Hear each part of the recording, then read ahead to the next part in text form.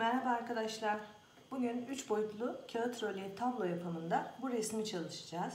Öncelikle bir adet resmimizi mukavva üzerine yapıştırabilmek için kenara ayırıyoruz. Kenar kısmındaki beyazlıkları kesinlikle çıkartmıyoruz. Bu bizim birinci resmimiz. İkinci resmimizde arkadaşlar komple alttaki konsoldan, kenarlarından bir tane resmimizi bu şekilde keserek çıkaracağız. Sadece şuradaki dalları almayacağım. Çünkü onları vazonun içerisine kesip daha sonra yerleştireceğim. Hemen ilk resmimle başlıyorum. Dediğim gibi kavanozun içindeki dalları almıyorum. Resmimizin üzerinde bulunan bütün objeleri kenarından kesip çıkaracağım. Bu bizim kestiğimiz ilk parça. Bunları daha sonra yerleştireceğim. Çünkü resmimizde bir bütün halinde değil şu anda.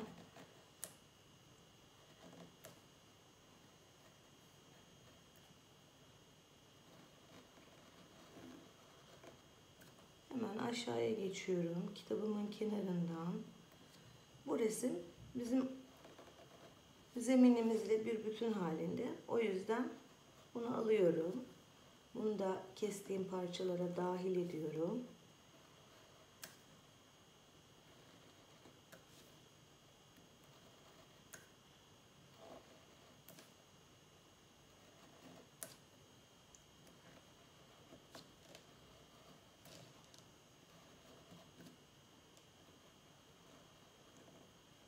Yine kitaplara geçiyorum.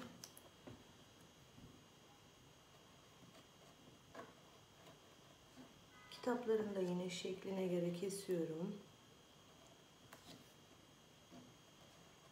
Burada saatime geçiyorum.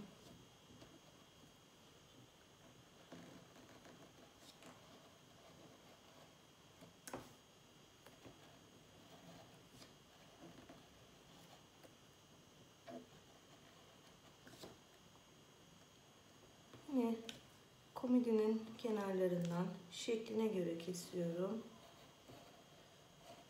Bu şekilde tüm resmi çıkaracağım ve diğer resme geçeceğiz. Birinci resmimizi kestim.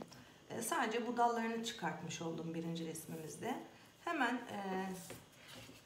koyu renkli, kahverengi kalemle resmimin arkasını çeviriyorum ve kestiğim bütün yerleri keçeli kalemle boyuyorum bu şekilde.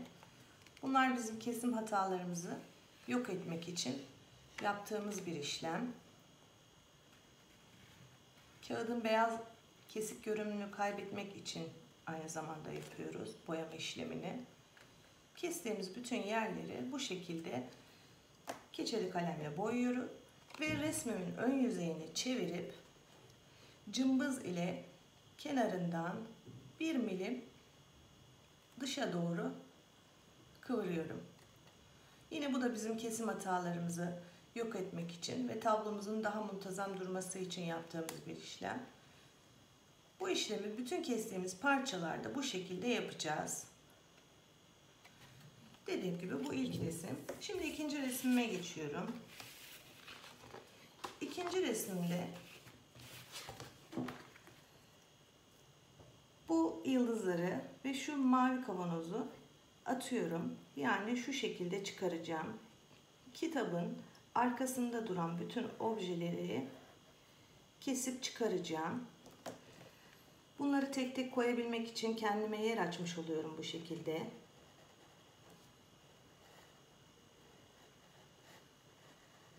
Geride kalan bütün parçaları kesiyorum.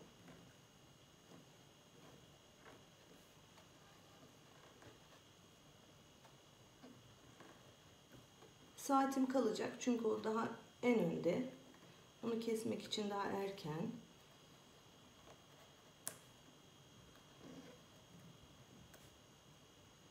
Yine saatimin de etrafından keseceğim. Bir de komodimizin bu alt kısmına boyut verebilmek için şu kısmı da çıkaracağız. Burası da yine en arkada kalan kısım.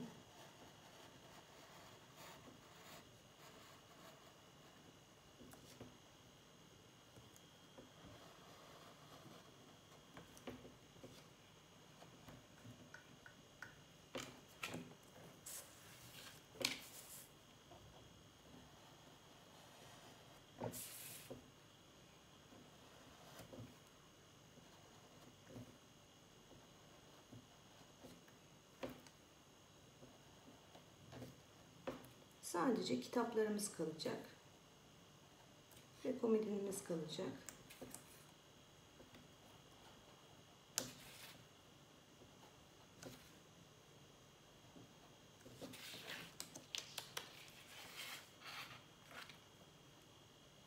Şu şekilde kesiyorum. Kalanını ben temizleyeceğim. Sadece kalan parçaları göstermek için size göstereceğim.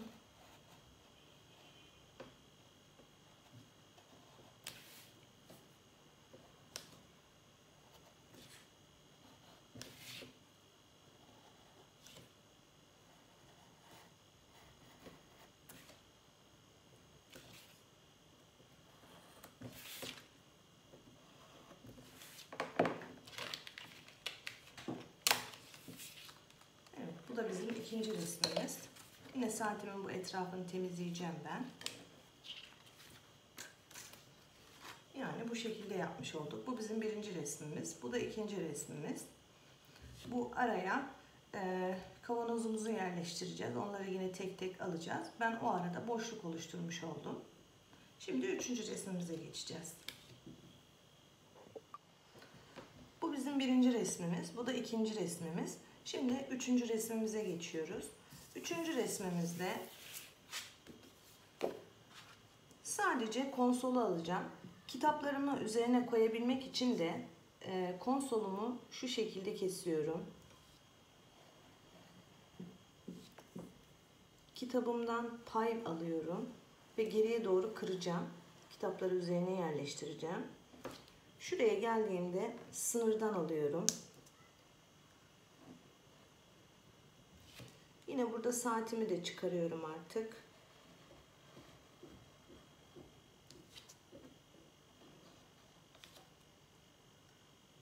Devamında sadece parça parça objeleri alıp yerleştirme işlemine geçeceğiz. İkinci bir boyutu komodimizin bu kısmında vereceğiz. İkinci resmimde burayı çıkartmıştım. Üçüncü resmimde de hem burayı hem burayı çıkarıyorum.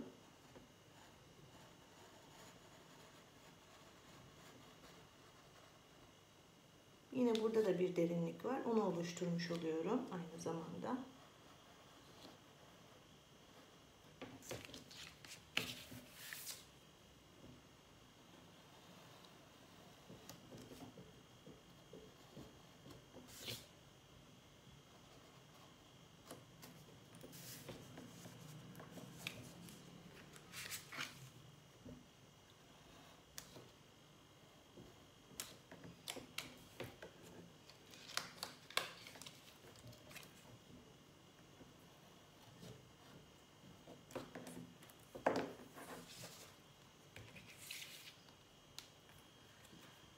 Yine bu kestiğim parçaları boyayıp, cımbızlayıp, ütüleyeceğim. Ve koyarken şu kısmını geriye doğru kıracağım ve kitaplarımı üzerine yerleştireceğim. Yani boyutlarımız bu şekilde olmuş oldu. Birinci resim, ikinci resim ve üçüncü resim. Şu kısmını geriye doğru kırdığımızda da kitaplarımıza yer açmış olduk. Şimdi artık parçalarımızı tek tek alıyoruz. Öncelikle en gerideki kavanozumdan başlıyorum. Kavanozum kuşların altında olduğu için kendim kavanozun devamını görüyormuş gibi bir bütün halinde alacağım. Yani şu şekilde kuşun kanadından, yani kavanozun devamı aslında buradan gitmiş olacak. Kuş önüne geldiği için biz onu göremiyoruz. Ve kendim görüyormuş gibi oluşturuyorum. Yani böyle kesiyorum. Şimdi aşağıya gizleyebilmek için de bir miktar alttaki kitabımdan pay alıyorum.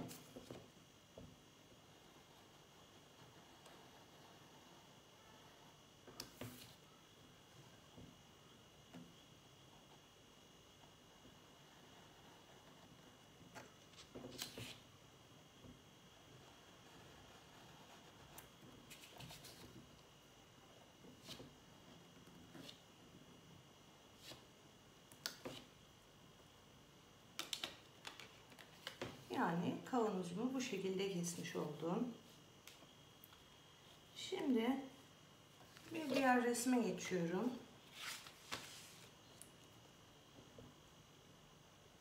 Aynı zamanda da kağıtlarımı değerlendirmiş olacağım. Şöyle yapayım. Bundan kuşun kanatlarını alırım. Bir diğer yeni resme geçeceğim. Bundan da kuşumu alıyorum. Burada pay vereceğimiz kısım yok. Sadece şu mumun arkasından bir miktar kesinlik görünümü oluşmasın diye vereceğim. Bu kısımlarından pay vermeyeceğim. Düz keseceğim. Şu kenar kısmından mumun arkasına saklayabilmek için çok küçücük bir pay verdim. Şu kadarcık.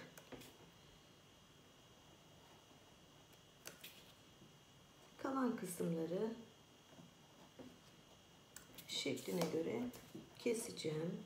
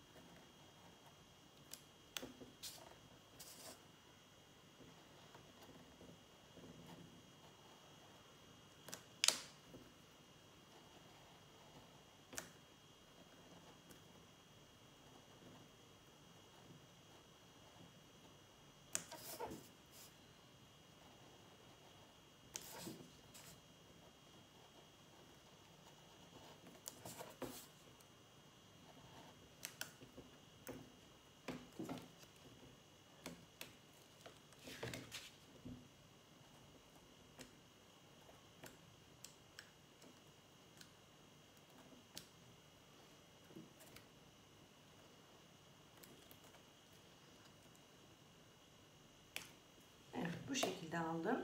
Şu iç kısımlarını temizleyeceğim. Yine bunu alacağım. Bu kuşun konduğu zemini alacağım.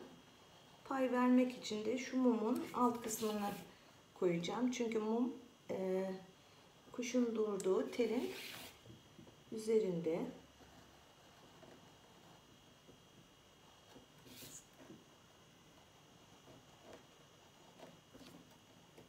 Şöyle kabaca çıkarayım.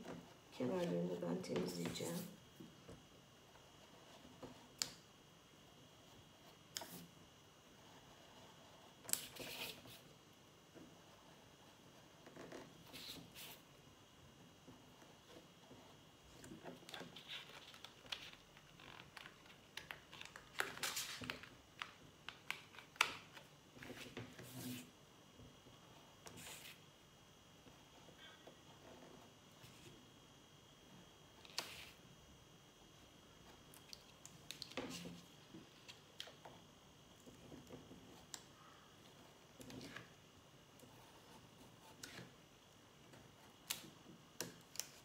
Bu kuşu da aldık. Bu kenar kısımlarını ben temizleyeceğim. Size aldığım parçaları göstermek için fazla kestim kenarlarını. Bu resmi değerlendirmek için mumu alacağım. Şamdan kısmı kalacak. Onu da şu şekilde alıyorum. Mumu şekline göre kesiyorum. Mum şamdanın içinde olduğu için şu gri kısmından, şamdandan bir miktar pay alıyorum.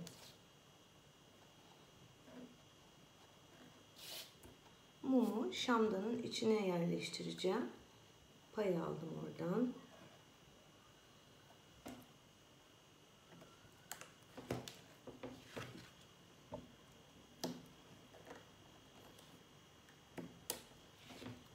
pay aldığım kısım şurası. Şamdanın içine yerleştireceğiz.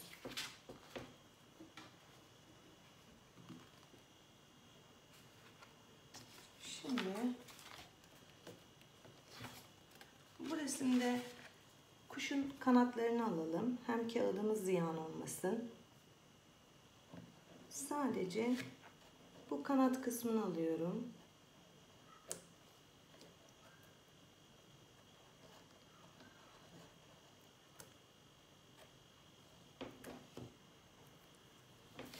Hemen şu aradaki kanatlarına kesik atıyorum. Ona hareket vereceğim.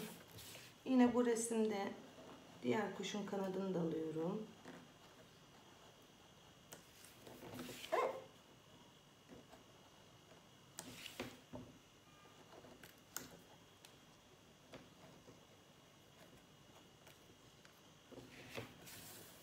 Yine bu resmi değerlendirmek için mum şu kısmı, eriyip akan kısmı var. Onu da hemen bu resimden alıyorum.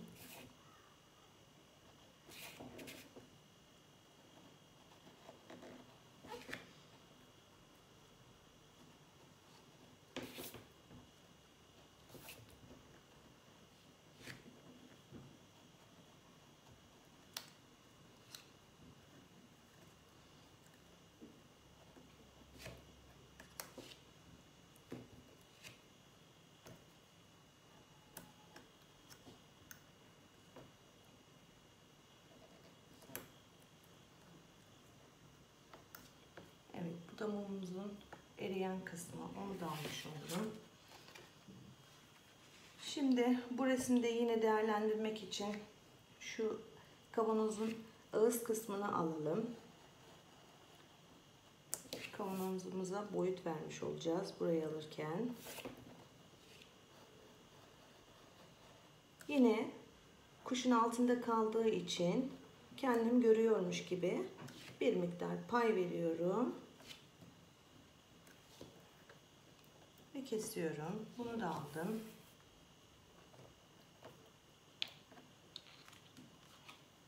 Bir diğer resme geçelim.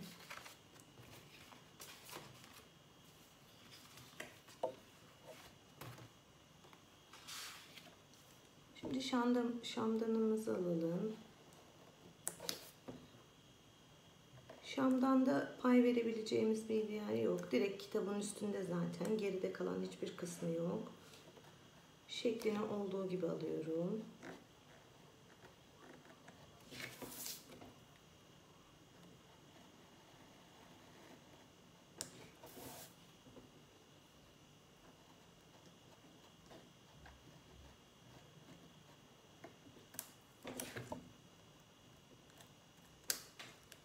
Bunu da aldım.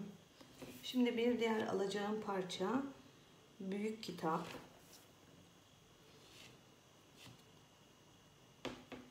Kesik görünüm oluşmaması için kitabımı alırken her seferinde bir diğerinin üzerine pay vereceğim.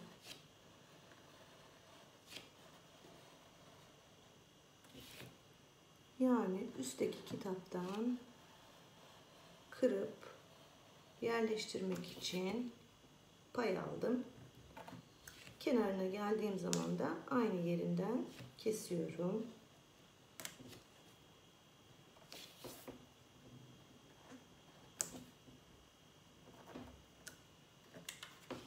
Bu benim birinci kitabım. En üstteki kitabı da buradan alalım. Hem kağıdımız değerlensin. En üstteki kitapta pay vereceğim hiçbir kısmı yok.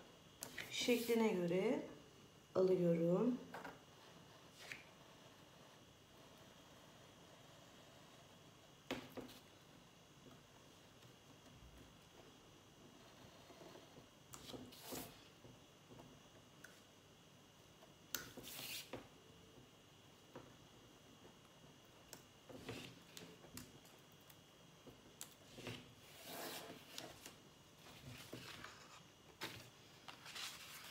Şimdi üçüncü kitap, şu aradaki kitabı alıyorum.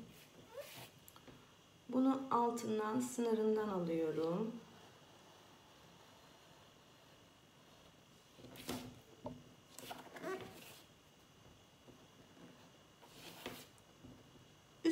kitaptan pay alıyorum. Yine kırıp alta doğru iteceğim. O yüzden beyaz kısmından pay aldım. Kenara geldiğinde şekline göre kesiyorum. Yine bir tane saat alacağım.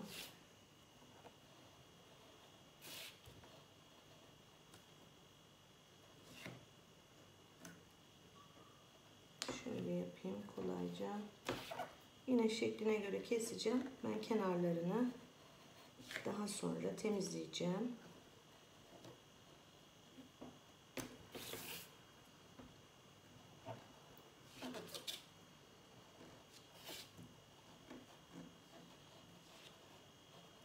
Şöyle dıştan alayım kabaca.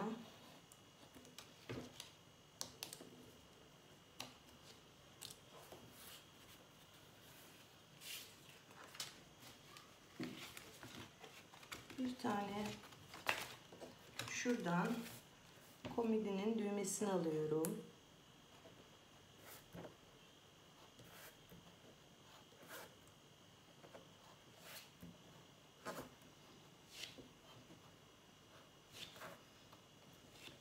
Düğmemiz de tamam.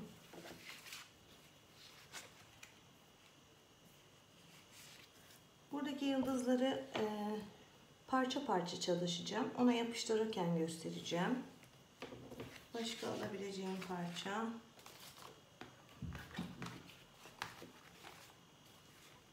Kalmadı.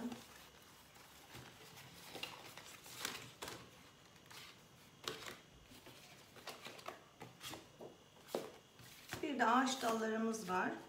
Onu da en sona bırakacağım. Şimdi bütün kestiğim parçaları güzelce arkasından çeviriyorum. Tekrar göstereyim. Bu şekilde keçeli kalemle boyuyorum. Kestiğim her yeri arkasından boyuyorum. Çünkü kalemim elimden kaydığı zaman resmimi çizebilir. Ve kaş aldığımız cımbız ile 1 milimden geriye doğru kıvırıyoruz.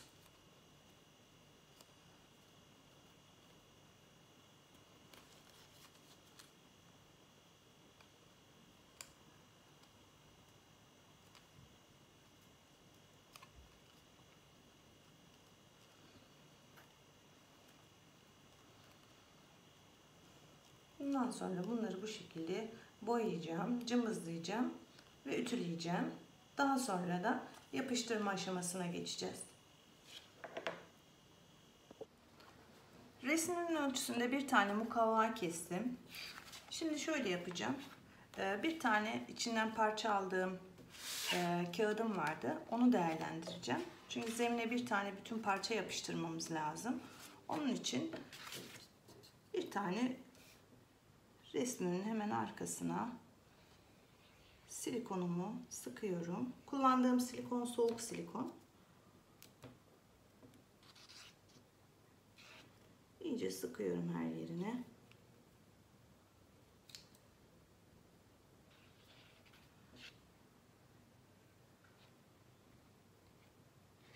Tutması için kesik yerlerin aralarına da getiriyorum silikonumu. Hem bir tane kağıdımı değerlendirmiş oldum. Resmimizin arkasında parke görünümü var.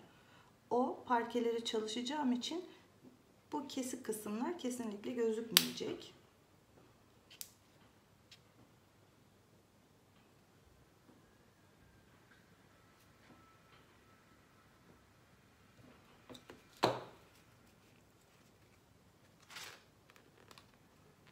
Hemen ters çeviriyorum ve kartonumun üzerine birinci resmimi yapıştırıyorum.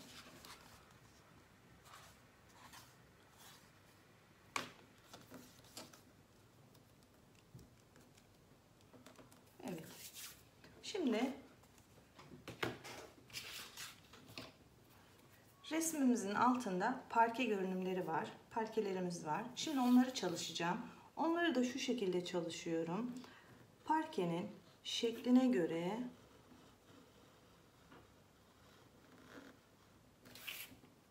kesiyorum.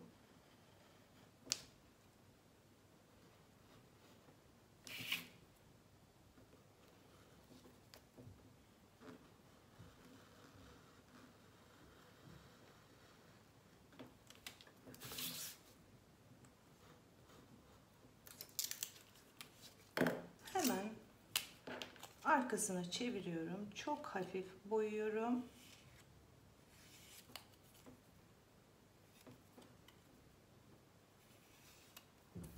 Resim beyaz olduğu için hızlı geçiyorum kalemimi. Ve yine cımbızlıyorum. Tüm çevresini 1 milimden. Burada parkeyle de hareket kazandırmış olacağız duvar kısmımıza. Hem boyut kazandırmış olacağız.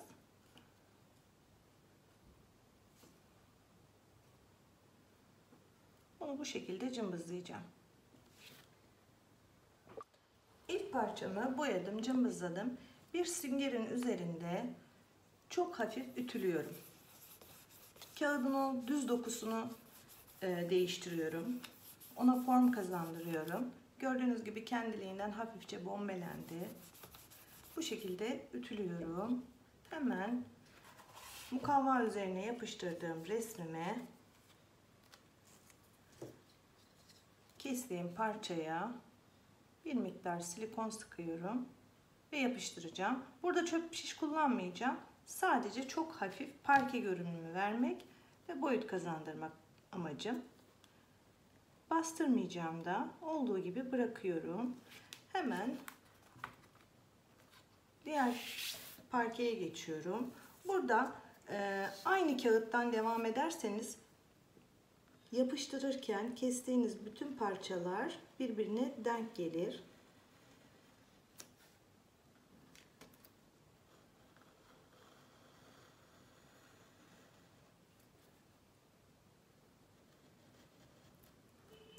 Hemen yine bunu da boyayıp cımbızlayıp ütüleyeceğim ve yapıştıracağım.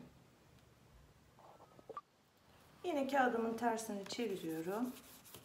Hafifçe form kazandırıyorum ütüleyerek. Yine silikonumu taşmayacak şekilde çok hafif sıkıyorum.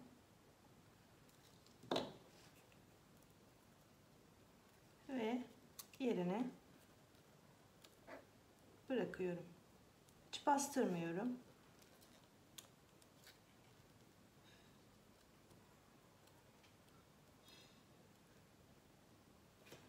Şimdi buradaki parkedeyim. Yine şekline göre kesiyorum.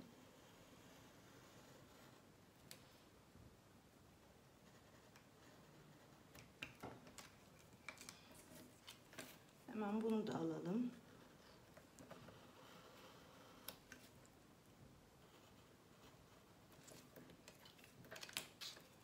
Yine bunu da alalım.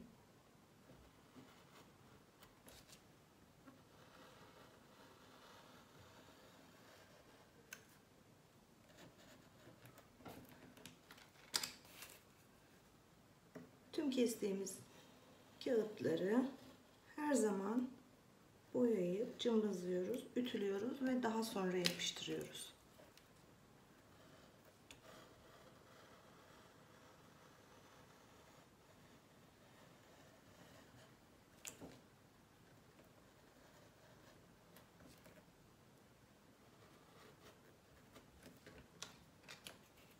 Hemen ayrım yerlerinden kesiyorum.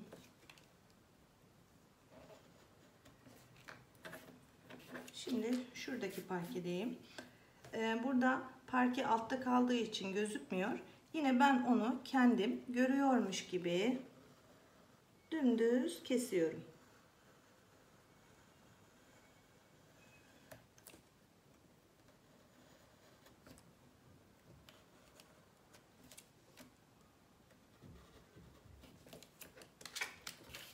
Yine burada kavanozun altında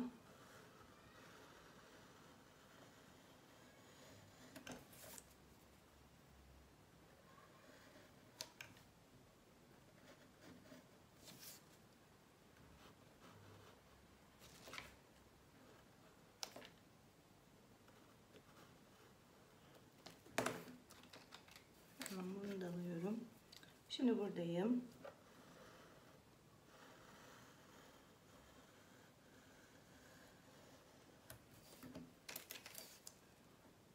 Karışmasın diye üstte kestiklerimi daha sonra yapıştırdıktan sonra bunları keseceğim. Ben size sadece kestiğim yerleri gösteriyorum.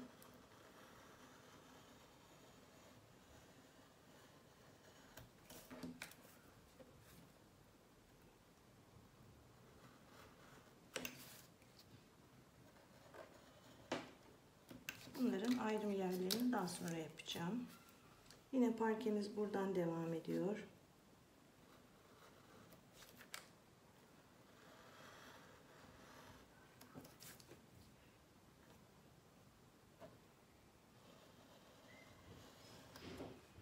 Bu şekilde kesiyorum. Şimdi burada var. Yine bunu da bir bütün halinde alıyorum. Parke olan kısmı burası. Burası. Şurada var çok minik bir parça. Onu da alacağım. Ama şu şekilde keseceğim. Boyayıp cımbızlayıp o şekilde yapıştıracağım. Bunlar altta kalan kısım olduğu için yine bir bütün halinde kesmek zorundayız. Parça parça gözükmeyecek en azından.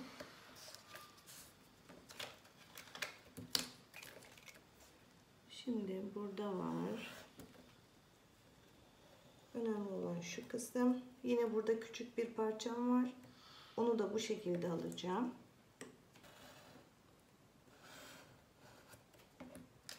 Bunlar altta kalacak, şu orta kısımları. Oralar gözükmeyecek zaten.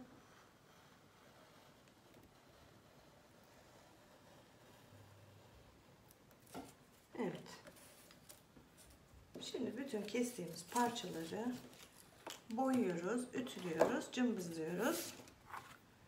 Hemen ben birkaç tane boyayıp ütüledim. Bu orta kısım.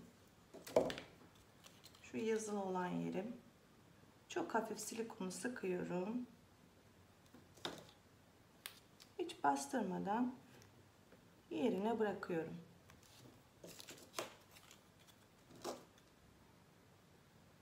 Bundan sonra artık kestiğimiz bütün parçaları bu şekilde tek tek yapıştırıp zeminimizi oluşturacağız.